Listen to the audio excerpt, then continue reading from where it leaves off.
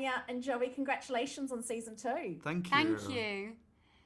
Joey, fans are so excited that season 2 is coming back. But I heard you say you were so excited that when you turned up to set, you actually forgot your lines. Yeah, I How forgot. was day one? I forgot my first few lines, and I was doing it in the wrong accent, and I think in the wrong order. My whole day was pretty much ruined by this point, because it felt like it's been such a long time, and these characters are so complex. Lauren has written these characters with great detail and texture, and if you're not on it and you're not concentrating, and if you're a bit overwhelmed by these amazing sets and these crew and cast, then you can it's so easy to drop the ball. Thankfully, I don't think I dropped it again. No. I don't think You're so. on it. Anya, you've said Yennefer has changed my life. I love playing her. How has she changed your life, and what do you love about her? Oh, it's changed my life because, well, this is the biggest thing I've ever done for a start. When I say big, I mean the scale of it. I mean how long we film for, the experience I get, the people I get to meet, the amount of people on set, everything, the sets, the costume, the makeup, everything. And the character, I've gotten to know so much about myself through her. I don't think acting's a therapy, but indirectly it is. I've gotten to know what my magnetism like through playing her, my kind of confidence is through her, because she's had to put on this facade. And I love what else did I say? What was the? And you love playing her. I love playing her, and that's grand. You and don't that's need to say anything grand. else. I think there was something else I needed to answer. I was trying to recall. No, but...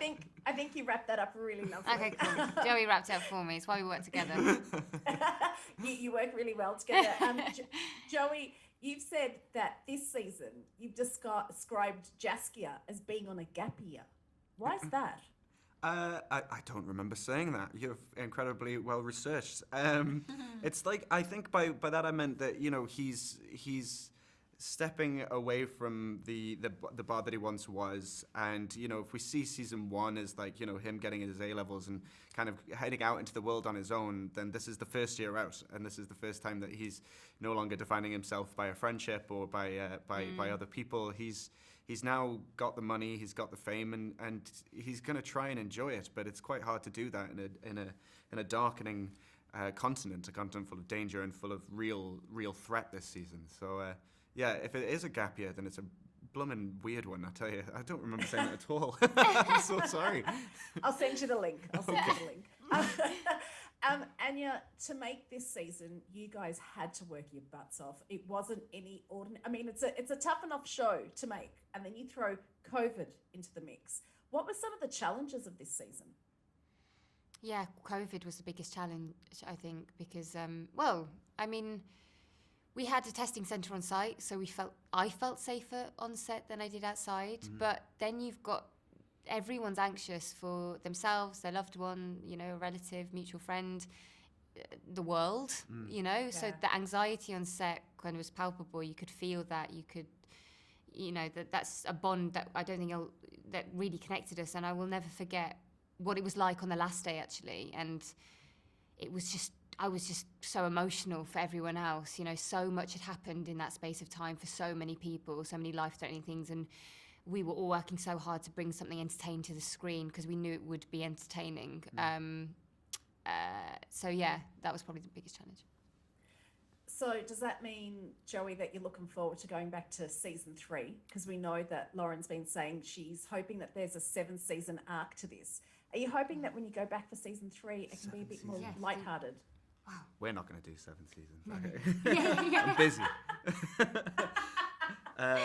Yeah, I you know what? I won't lie. I wasn't looking forward to it. But I was exhausted by the time I finished season 2, and I needed a break from Jaskier. And then it's literally only been in the past month or 2 where I've started to get itchy and started wanting to get back to playing him again.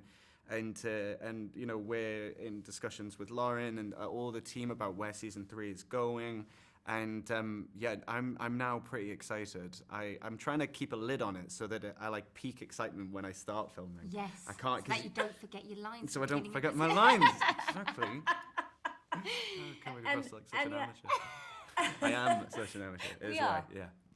How does it feel to have this over and out there for the fans? Because that's who you keep saying time and time again. This is who you're making it for. You're making it for the fans. But is there a little bit of you that's like, oh my God, I'm a bit nervous now. It was ours for so long and now we're handing it over. Yeah, you got to, you know, that's what, it's like, you know, letting your babies walk for the first time. You know, it's kind of setting it out into the world, and there is a real sense of pride and that comes with making something like this. But if I'm completely honest, and I know you might disagree, No, but go on. we're all just like knackered because this has been a 2-year or nearly a 2-year long. It never leaves you until it's out there and it's been given to the audience. Yeah. Really, just can't wait for that moment that it's kind of handed over. Yeah, it's a I'm really- marathon, and we're kind of reaching the finish line. And at the end of a marathon, you don't really feel like celebrating too much. You feel a great sense of pride and achievement, but you're knackered, and you just Well, do you know what? Thank you for enduring that marathon. Enjoy the break. Thank Thank you you so so much. Thank you much. for your questions.